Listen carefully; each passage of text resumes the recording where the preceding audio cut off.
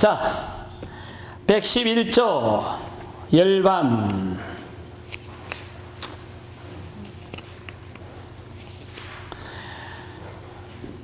부처님이 여러 경전에서 우리가 수행을 하는, 출가 수행을 하는 직접적 목적은 청정 수행을 완성하는 건데, 내 제자들이 나를 믿고 수행하는 궁극적 목적은 열반에 도달하는 거다. 이 열반이라는 게 이제 불교 수행의 궁극적 종착지역인데, 그럼 이 열반이 도대체 뭐노? 이제 요 문제입니다. 그러니까 청정 수행을 완성하는 거는 직접적 목적이고, 궁극적 목적이 뭐노? 그게 부처님은 나의 모든 출가 제자, 제가 제자들이 궁극적으로 나를 믿고 따르는 궁극적 목적은 바로 열반을 성취하기 위한 거다. 이렇게 표현을 합니다. 그런데 이제 열반의 사전적 의미는 불이 꺼진 상태, 고요한 상태, 평화로운 상태, 이렇게 설명을 하는데, 112쪽으로 가보시죠. 성구경에서는 나에게 스스로 태어남, 늙음, 병듦, 죽음, 근심, 오염에 묶여 있지만 오염에 묶여 있는 것의 위험을 알고 오염에 묶여 있지 않는 최상의 고요함인 열반을 구하는 것이 어떨까라고 생각이 떠올랐다. 그래서 출가했다. 이렇게 하는데, 그 맨 아래 줄에 보면 마건이경에서는 열반이 극락이라고 설한다. 무병이 최상의 이익이고 열반이 극락이고 팔성도가 감노의 안온에 이르는 길이다. 극락이라는 용어 많이 쓰죠. 우리는 이게 대성불교의 전유물인 것처럼 요 용어를 씁니다. 그런데 부처님이 경전에서 열반이 극락이다라고 구체적으로 딱 써놔버립니다. 경전에서 열반이 극락이다 이렇게 딱 규정을 해놨습니다. A는 B 이렇게. 이게 뭐 의역도 할 수 없을 정도로 딱 이렇게 규정을 해놔버렸거든요. 이런 거죠.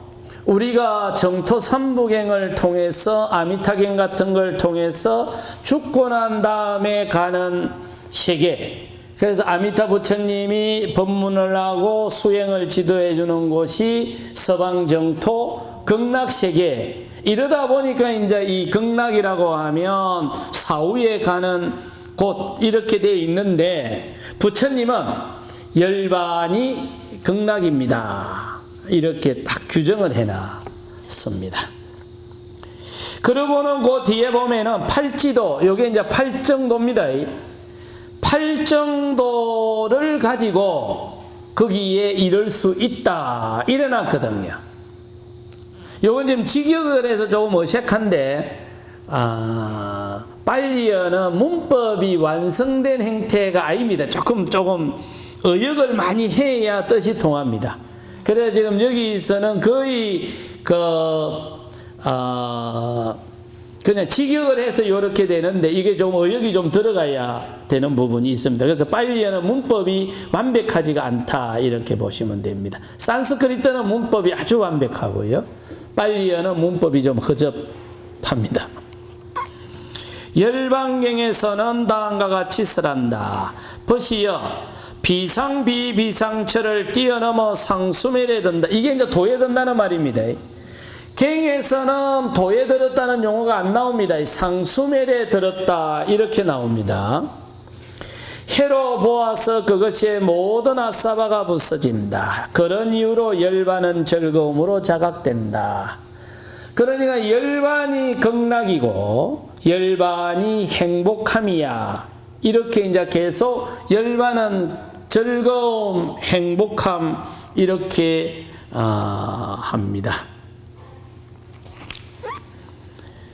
다수경에서는 그 맨 아래줄에 한 장 더 남겨서서 114쪽 안한다여 만약 어떤 사람이 그것이 중생이 경험하는 극락이다라고 말한다면 나는 그것을 인정하지 않는다. 그것은 무슨 까닭인가? 안한다여 그 즐거움보다 훨씬 훌륭하고 뛰어난 다른 즐거움이 있기 때문이다.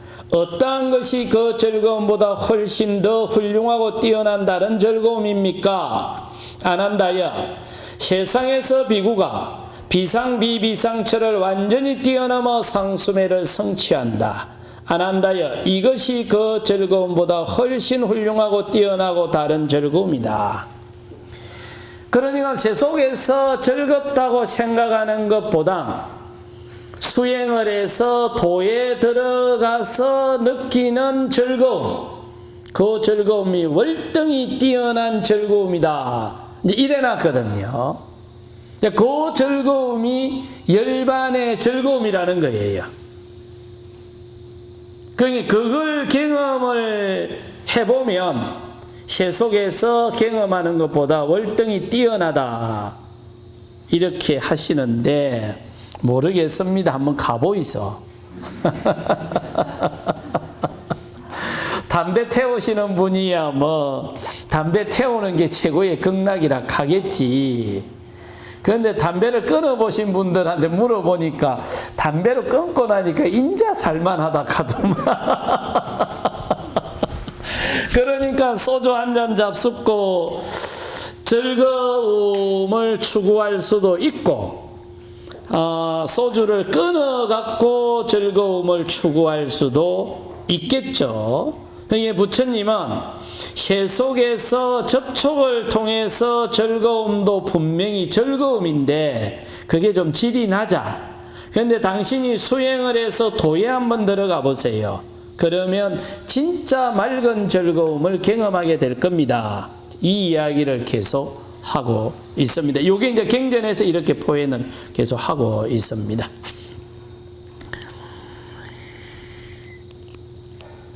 애욕경에서는 세조는 애욕의 행복보다 애욕을 여인 행복이 더 탁월하다고 하고 신경에서는 육체의 행복보다는 정신의 행복이 더 탁월하다고 강조한다. 수행 단계가 점차 높아짐에 따라 행복감도 상승하며 수행의 최고 단계인 아라한트의 경지를 성취하면 최상의 행복을 경험할 수 있다고 한다. 나머지 이제 계속 같은 이야기들을 이야기하죠. 밑에서 세 번째 줄에 대와차구다경에서는 모든 강물이 바다로 나아가듯이 수행의 최종 목표는 열반으로 나아가는 거라고 주장을 하고 악마경에서는 청정수행은 열반을 토대로 하고 열반을 피안으로 하고 열반을 궁극으로 하는 것이라고 합니다. 나머지 경전에서도 마찬가지입니다. 그런데 그 밑에 보면 중재경에서는 가래를 부수고 열반으로 가는 길은 누구나 처음 가는 길이다라고 했고 산수목건경에서는 열반에 이르는 길은 세존이 안내해 주지만 어떤 사람은 도달하고 어떤 사람은 도달하지 못하는데 세존은 단지 자신을 안내자라고만 이야기를 하고 있습니다. 그러니까 부처님은 당신을 가이드라고 계속 표현을 하는 거예요. 우리가 왜 그 사티마스터 자격 말고는 전부 가이던스라고 해놨지 않습니까? 그 사티마스터도 원래 가이던스라고 해야 되는데 좀 차별을 둔다고 그래 했던 겁니다. 가이드의 좀 점잖은 표현이 가이던스라고 하더만요. 그러니까 부처님은 당신을 나는 안내하는 자야. 근데 나중에 저 서양의 그 어느 학자들을 만나서 단어를 하나 추천해 주세요. 그러니까 요 가이던스를 추천해 주더라고요. 스님 이게 티처보다 월등히 매력 있는 단어입니다. 왜 매력이 있는데 티처라는 용어는 사실은 폭력적인 용어입니다. 내 걸 다른 사람한테 가르쳐 준다는 이게 폭력입니다, 사실은.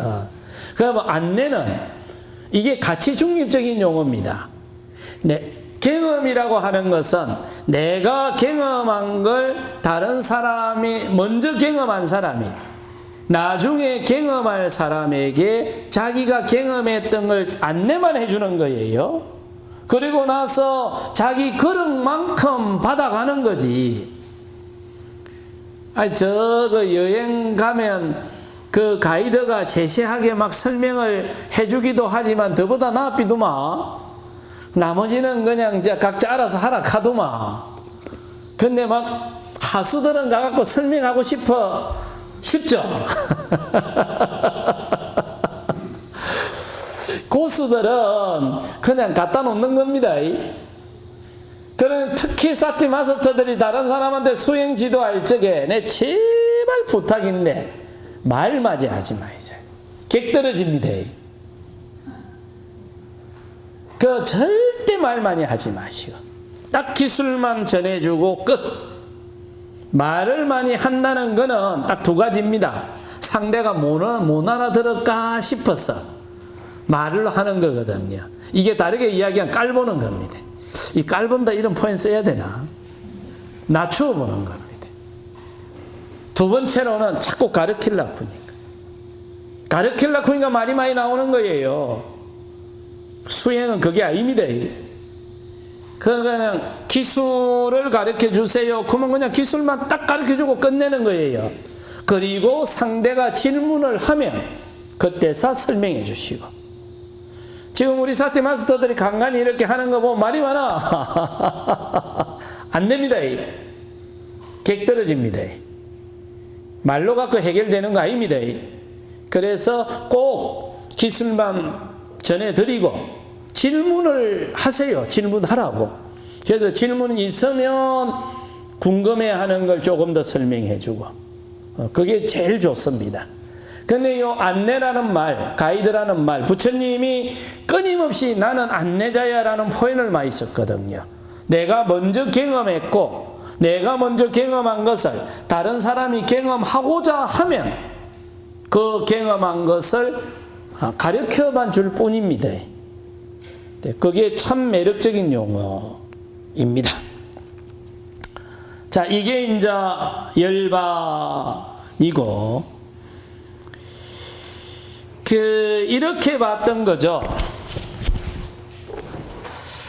수행 진도가 나가서 운수불길 해가지고 의식이 딱 끊어지는 지점이 있죠.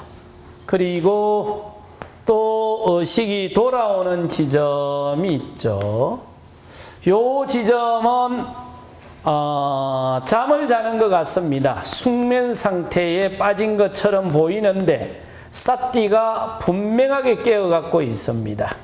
사띠가 대상을 너무나 확장을 했기 때문에 숙면 상태에 빠진 것처럼 보입니다. 그래서 이걸 갖다가 의식이나 느낌 같은 게 완전히 소멸했다. 이래서 상수멸이라고 하는 겁니다. 의식이 완전히 소멸해 버렸다. 이래서 상수멸이라고 하는데, 요 단계에서 어떤 일이 일어나느냐 하면 기억 이미지에 박혀 있는 탐진치 삼독심이 빠져나가는 거예요. 그 압력으로. 그러면 한 5분의 4 지점 정도에 도달하면 기억 이미지에 있는 탐심, 진심, 치심은 거의 다 해체가 되는데 뿌리가 해체가 안 된다는 거예요. 그런데 그 뿌리는 요 상숨을 들 정도의 산매력, 압력, 요 압력이 깊어지면 요게 빠져나온다는 거예요. 그럼 이렇게 빠져나와 버리고 나면 마음 공간에 알매 구조 조정이 일어났을 거고, 기억 이미지, 기억 정보의 무게가 현저하게 감소됐겠죠. 그래서 의식이 돌아오면 무거운 짐을 벗어놓은 것처럼 상쾌함을 경험하게 되는데, 그때 느끼는 그 맑음과 상쾌함을 열반이라고 하자. 그래서 열반이라는 용어가 등장을 하는 거예요. 그래서 그때 느끼는 그 상쾌함의 즐거움을 열반낙이라고 했던 겁니다. 그러니까 열반낙이라는 게 따로 있는 게 아니고 의식이 끊어진 상태가 열반낙이 아니고 의식이 끊어진 상태에서 기억 이미지에 박혀있던 탐진치 삼독심이 완전히 뽑혀져 나가고 의식이 돌아오니 무거운 짐을 벗어놓은 것처럼 아주 가볍고 상쾌한 행복감을 경험을 하게 되는데 그 행복감을 열반의 행복감이라고 하자. 이래서 열반낙 이렇게 하는 겁니다. 그러니까 이게 도에 들어갔다가 나오면 저것을 경험할 수가 있다는 겁니다. 저게 후기 불교로 가면 왜곡이 되는 겁니다. 어떻게 왜곡이 되느냐 하면 저 즐거움을 당신이 살아생전에 경험을 시켜주겠어. 그렇게 해서 이제 섹스 불교가 나오게 되는데 그게 그 유명한 딴트라니즘으로 발전을 합니다. 그래서 그게 힌두교의 이제 그 섹스 수행하고 결합을 해서 티베트 불교의 딴트라니즘으로 가버리게 되는 거죠.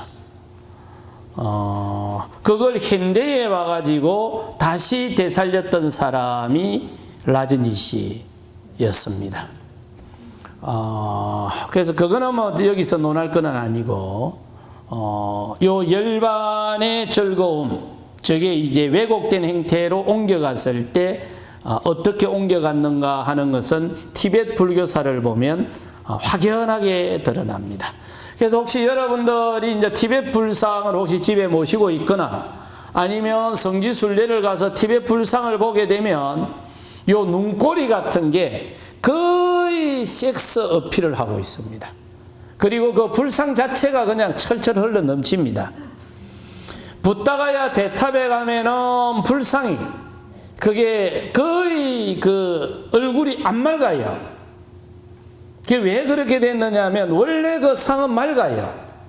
그런데 그 상에다가 밀교식으로 단층을 해버려가지고.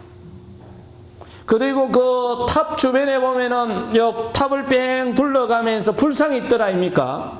그 불상이 8세기, 9세기의 팔라 왕조, 즉 요 밀교 왕조가 기존에 있던 불상을 다 파내고 그 밀교식 불상을 거기다 이어놓은 거거든요. 그래서 그 얼굴을 가만히 보면 전부 다른 차원이에요. 그 붓다가야 탑에 가만히 이제 앉아 있어 보면 티베트 쪽 스님들이 수행하러 많이 오는데 주로 두 종류죠. 한 스님은 만트라, 주문을 외우는 스님. 그리고 한 스님은 딴트라, 섹스를 통해 갖고 열반을 체험하겠다라고 하는 분들이 있는데 그분들은 얼굴이나 눈빛을 보면 포가 납니다. 일반인들은 잘 몰라도 딱 눈하고 얼굴빛하고 눈을 보면은 포가 납니다. 이거는 불교가 아니고 힌두교하고 완벽하게 결합을 했는데 인도에서 1200년에 불교가 결합을 할 때 불교가 멸망을 하고 티베트로 갈 적에는 그 최근에 인도 고고학자를 한 분 만났더만 아예 직접적으로 그 표현을 하더만요. 비클라마실라라는 절에서 이제 마지막으로 망합니다. 그 비클라마실라 절에는 불교 스님들도 살았고 힌두교도들도 같이 살았고 자료가 그게 나온대요. 예. 그러니까 스님들도 살고 있고 힌두교도들도 살고 있고 불교절에서 그래서 한쪽에는 힌두신을 모시고 있고 한쪽에는 부처님을 모시고 있고 그 절이라고 같이 했다는 거예요. 그게 자료가 그대로 다 남아있대요. 우리는 이제 그런 자료를 볼 수가 없었죠. 쇼킹하죠. 그러니까 이게 불교하고 힌두교가 완벽하게 결합을 해가지고 있다가 티베트로 넘어간 게 오늘날 달라이라마 계통의 불교라고 보시면 됩니다. 자, 어쨌건 저 개념들을 이제 하나씩 정리를 좀 할 필요가 있습니다. 자, 마지막 주제 117번 괴로움의 원인 제거. 어쨌든 부처님은 뭐 괴로워 죽겠다고 했으니까 어떤 포인이든 나 괴로워 죽겠다. 뭐 때문에 괴로웠는지는 잘 모르겠습니다. 118쪽 나라 갑판영경에서는 출가 수행자는 괴로움의 종식을 위해서 출가한 것이라고 말한다. 아누르타여 그대들이 집을 떠나 출가한 것은 왕의 명령 때문도 아니고 도둑에게 쫓겨서도 아니고 부채, 공포, 빈궁 때문도 아니다. 그대들은 이와 같이 나는 태어남, 늙음, 죽음, 슬픔, 비탄, 괴로움, 근심, 고뇌에 빠졌다. 나는 괴로움에 빠졌고 괴로움에 사로잡혔고 나는 이런 모든 괴로움을 종식하는 것을 알아야겠다 하고 출가했다. 이게 기본 생각이었습니다. 부처님도 마찬가지고. 근데 이런 거겠죠. 세상의 행복감인 열반을 추구해서 수행을 하는데 그 세상의 행복감인 열반으로 가는데 최대의 방해 요소가 괴로움이었다는 거죠. 그래서 괴로움을 제거를 하면 세상의 행복감으로 갈 수 있어. 지금 이게 따로따로 이루어진 것 같지만 전부 같은 말입니다. 청정 수행을 완성하는 것, 탐진치 삼독심을 제거하는 것, 그리고 세상의 행복인 열반으로 가는 것, 그리고 괴로움을 제거하는 것, 이게 전부 같은 말이잖아요. 다른 말이 아닙니다. 그러니까 경전을 보면 너는 그 목적으로 출가했지 않아 하는데 보면 거의 네 가지예요. 세상의 행복인 열반으로 가기 위해서, 그리고 청정 수행을 완성하기 위해서, 그리고 괴로움을 제거하기 위해서. 그런데 그 말이 전부 같은 말이에요. 자, 어쨌건 살다 보니 뭐 그러지 않습니까? 다 출가를 해놓고 나니까 모친한테 좀 미안해서 한 번씩 전화를 한다 아닙니까? 아따 빨리 돌아가셨기 망정이지. 빨리 안 돌아가셨으면 하루는 여기 오시더만 절로 안 하는 거라요. 절았어. 그러니까 못하겠다 카대. 그래서 그럼 가서 그러니까 또 해내기 갚이네.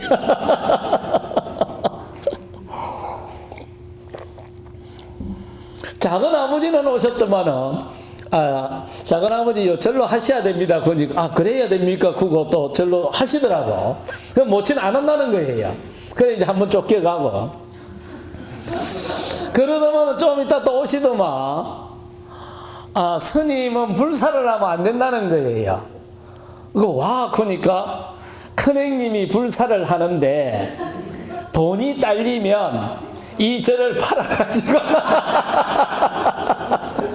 큰행님 불사에 보태야 되니까 이 불사를 하면 안 된다는 거예요. 맨 처음에 우리가 이 땅을 살 적에 그때 큰행님이 땅을 좀 한 평 준 거잖아요. 그러니까 모친 입장에서는 이게 뭐 큰아들 절로 짓는데 모든 집안의 재화를 다 총동원을 해서 큰행님 절로 지어야 된다는 거라. 거의 뭐 확고하신 분이니까 예 알았습니다. 그런데 그러고 나서 빨리 돌아가시대. 그 난감할 뻔했습니다. 만나러 와가지고 뭐 땅 팔자송 우야노 그럼. 그런데 이제 뭐 한 번씩 전화를 이리 드리면 그래도 물어는 봐야 되잖아요. 혹시 뭐 필요한 거 있습니까? 그러면 늘 하는 레파토리가 있죠. 스님 니만 낼로 애를 안 먹이면 내 살기는 펜타. 그게 이제 장계가라는 말입니다. 이제 출가를 시켜놔 놓고 나중에 꼬다 안 되니까 암 하나 나오라고 내 키워준다고.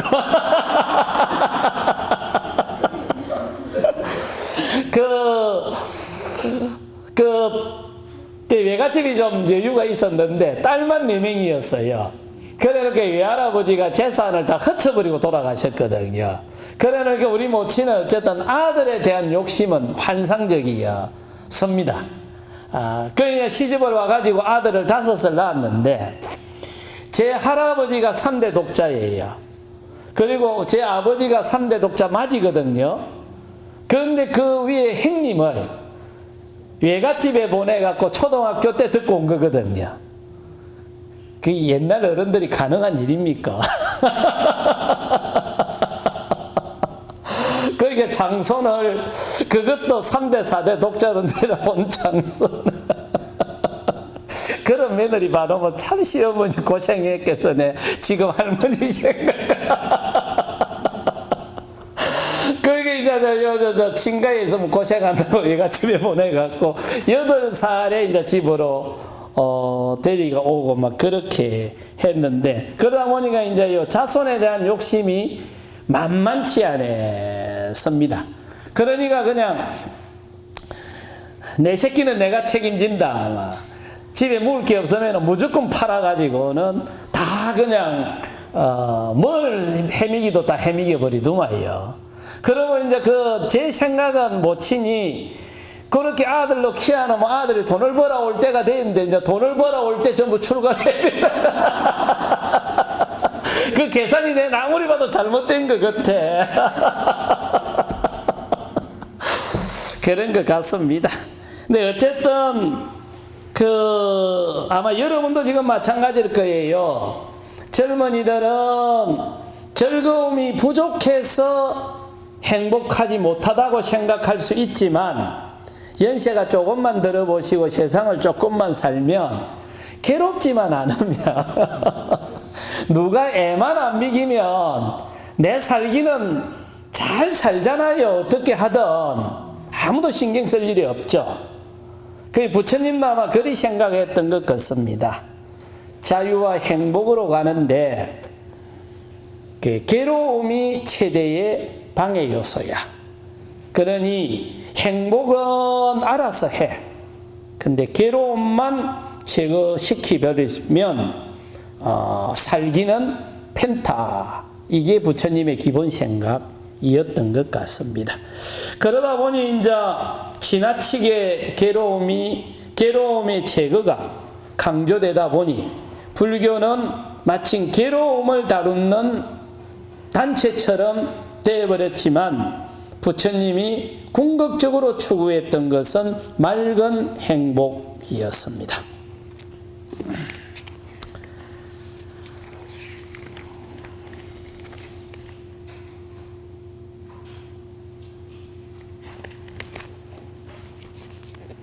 (119조)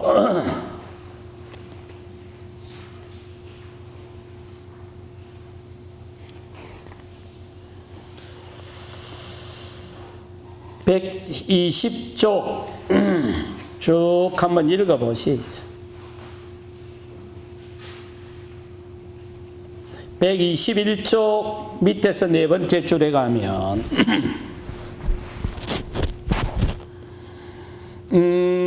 중반에 위에서 7번째 줄에 괴로움을 일으키는 원인은 다양할 텐데 괴로움을 발생시키는 근본 원인을 제거함으로써 괴로움의 상태에서 벗어날 수 있다라고 하는 게 세존의 기본 관점이었습니다. 정경경에서는 현상의 실체를 통찰하지 못하고 인지 오류를 일으키는 무명이 괴로움 발생의 근본 원인이라고 봤고, 이 무명은 아사바로 인해서 생겨나는 것이기 때문에 이 아사바를 제거하는 것을 중요한 수행의 목표로 삼았던 겁니다. 이와 같이 괴로움은 괴로움 자체로 존재하기도 하지만 존재를 대하는 태도에서 괴로움이 발생하는 경향이 더 많다라고 본 겁니다.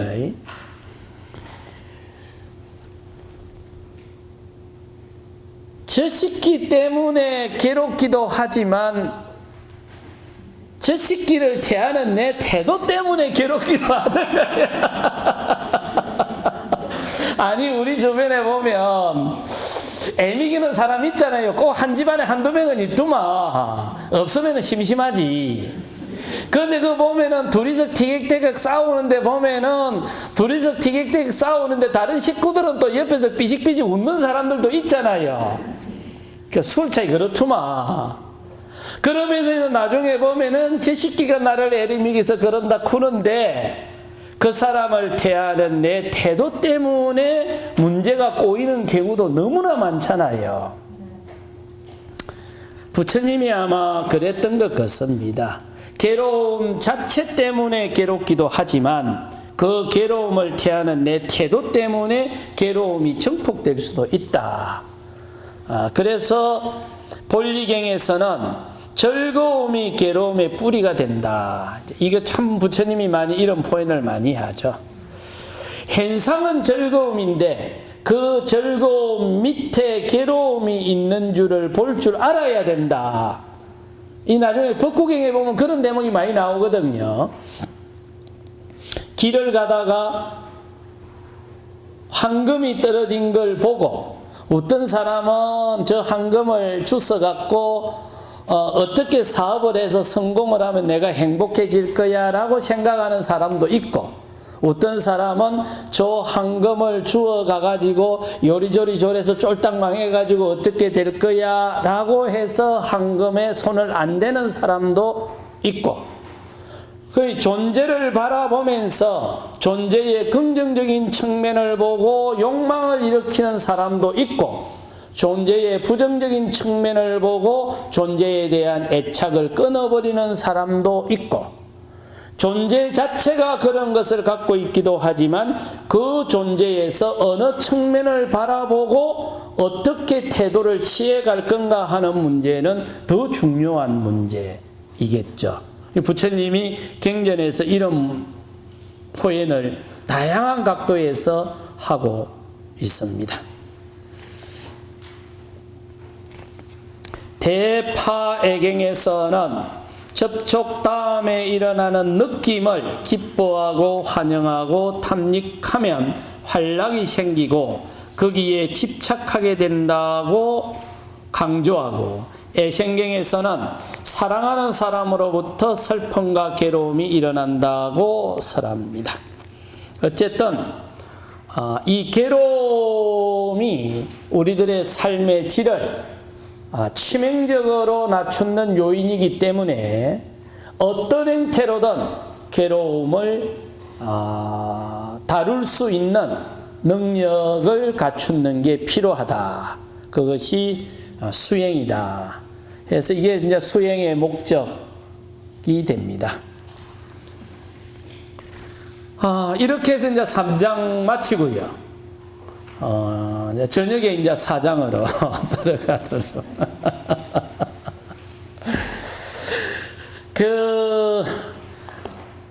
그랬던 것 같습니다. 나중에 이제 여기 나올 수도 있는데, 부처님이 12살 때 요 사티 수행을 해서 짧은 순간 수행의 맛을 봐본 거예요. 그러고는 좀 힘든 일만 있으면 내 수행을 해야 되는데 이거 생각을 자꾸 한 거예요. 그러다가 29이 될 적에 야반 도주를 한 거죠. 그러고는 35이 될 때까지 수행 진도가 안 나가는 거예요. 그러니까 당신이 23년 전에 장미 사과나무 밑에서 짧은 순간 사티 수행을 통해서 초선을 경험하고 행복함을 경험했는데, 그 행복함을 찾아서 출가를 했는데 진도가 안 나가는 거예요. 그러다가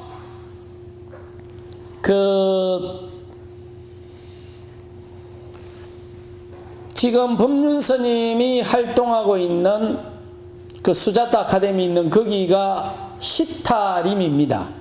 그 지역에서 사람이 죽으면 시체를 갖다 버리는 데죠. 이게 이제 나중에 하문어로 되고 한글로 오면 시달림이 되는 겁니다. 그 돌아가신 분들한테 스님들이 가서 연부라는 걸 시달림 간다 이래 하잖아요. 그게 이제 원어가 거기서부터 온 거죠. 근데 거기에서 수행을 하는데 하루 저녁에 가사를 뒤집어 쓰고 수행을 하는데 자칼이 와가지고 어르렁거린 거예요. 그러니까 좀 쫄았던 모양이에요. 그런데 그 순간 내가 자칼한테 물리지도 않았는데 왜 미리 예측을 해서 두려움에 떨어야지? 요 생각이 일어났다는 거예요. 저는 부처님의 깨달음은 여기서부터 시작이 됐다고 봅니다. 그러고는 그 다음 장면이 되면 거기를 떠납니다. 떠나서 이제 부타가야로 오는 거거든요. 부타가야로 오다가 또 한 생각이 일어나는 거예요. 영양이 충분히 공급이 되면 성욕이 일어나서 몸이 좋아지고 성욕이 일어나면 수행에 방해가 될 거야 라는 이론 때문에 내가 극도의 단식을 했어. 그래서 몸이 너무나 피폐해졌어. 그런데 몸에 영양분이 없으니 성욕이 안 일어나서 좋은데 수행할 힘도 없는 거예요. 그래서 부처님이 내가 단식을 했던 근본 목적은 성욕이 안 일어나는 게 목적이야. 그러면 내가 좋은 음식을 먹고 또 성욕이 일어나지 않는다면 뭔 문제가 되겠어? 그런데 내가 만약에 좋은 음식을 먹으면 내하고 같이 수행했던 오비구들이 나를 타락했다고 비난할 거야. 그래도 나는 음식을 먹고 기운을 차려서 수행을 완성할 거야. 이렇게 하고 수자타한테서 유미죽을 받아 먹었다고 하거든요. 이게 경전에 수자타한테 받아 먹었다는 내용만 빼고는 똑같이 나옵니다. 아마 우리 저거 책에도 나올 거예요. 그러고는 보리수 밑에 와서는 찬염을 하고는 내가 최상의 깨달음에 도달하기 전에는 절대로 일어나지 않을 거야 하고 마음을 다졌는데 그 순간 12살 묵을 때 장미사과나무 밑에서 짧은 순간 했던 사티 수행이 생각이 나더라는 거예요. 경전에. 그래서 그 수행을 해보면 어떨까? 하고 생각을 하고 그 수행을 해서 아랑까지 올라갔던 거예요. 그 경전에 지금 말씀드린 요 경전이 두 개 경전에서 시차를 두면서 요 이야기가 나오는 거예요. 그러니까 맨 처음 이 수행을 경험을 해가지고 너무 좋았어. 요 수행의 최고 단계까지 가보려고 했는데 정작 수행을 할 적에는 이걸 잊어버리고 없던 짓을 한 거예요. 그러다가 23년이 지났어. 보리수 밑에서 문득 처음 수행을 경험했던 그 경험을 기억을 해내고는 다시 했다는 거예요. 우리가 중국에 어떤 시인이 그러죠. 봄을 찾아서 산천을 헤맸는데 봄을 찾지 못하고 해질녘에 집으로 오니 삽장 옆에 꽃이 핀 줄을 보고 봄이 온 줄을 알았다 이러잖아요. 여기도 많습니다. 수행하러 왔다가 수행 조금 해보니까 와 이거 뭐 쉽거든 될 것 같거든. 그래 갖고는 온대로 헤매고 수행을 하는데 아나꽁꽁 안 된다 카이 될 것 같아도 내가 너무 쉽게 계일차 줬는가 싶기도 하고 이 성철 스님처럼 절로 한 3,000번 하면은 계일차 준다 이래야 되는데 이게 뭐 저 낙동강에다 빠져갖고는 안 죽을 만큼 빠졌다가 건지가 와갖고 한 수 계열차 줘야 되는데 이게 오자마자 다 계열차 좁히고 나니까 이게 너무 쉽다고 생각을 하는 거라. 만만치 않을 겁니다. 제가 여러분들한테 가장 쉽게 가르쳐 준 건데 그 가장 쉽게 가르쳐 주는 걸 여러분들이 쉽다고 해서 익히기까지 쉬운 거는 아닙니다. 착각하지 마이세요. 제가 쉽게 가르쳐 줬다고 해서 그 원리가 단순하고 심플하다 해서 그걸 여러분들이 몸으로 익히는 데까지 쉬울까? 이 말 하면 안 되는데. 알겠습니다. 자, 어쨌건 그리 하시고 자, 이제 4장부터는 본격적으로 수행 이론이 들어갑니다. 이론이 들어가고 신경과학이나 뇌과학 쪽은 동원법부님이 전문가니까 여기 부족한 거는 동원법부님한테 메꾸시고 혹시 뭐 물리학이나 이런 쪽에 인공지능이나 이런 쪽에 부분은 김경희 법부님한테 가서 뭐 여쭤보시고 저는 여기서 수행 부분과 마음 부분에 대해서만 말씀을 드리게 될 겁니다.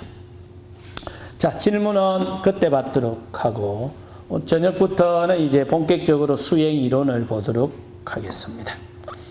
자,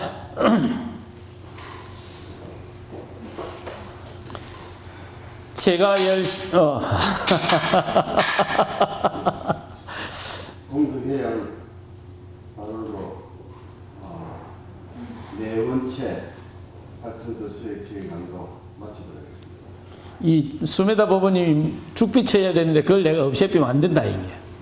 반성합니다. 제가 열심히 수행하는 것으로서 부탁께 공양 올립니다.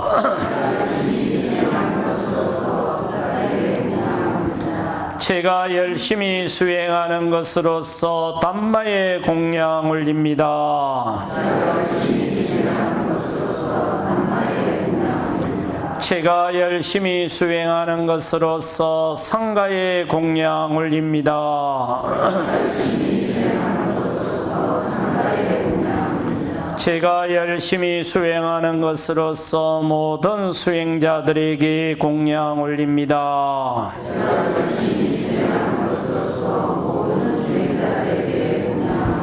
저의 이와 같은 수행 공덕이 많은 존재들의 자유와 진보, 평등과 평화, 공정과 정의, 이해와 배려, 간용과 포용, 공존과 어울림으로 해양되기 바라납니다. 이마야 담마 누담마 빠띠빠띠야 보땅 푸제미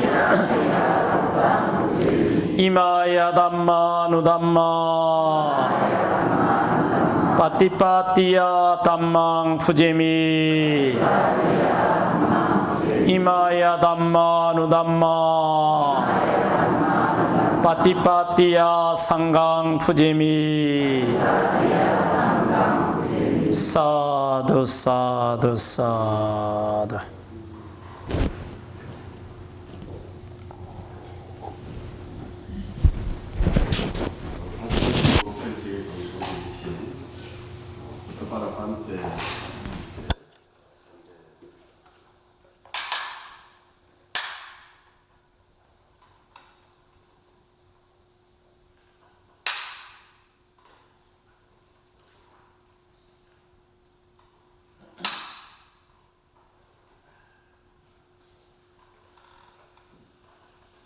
스님들도 간식을 좀 챙겨주시있어요.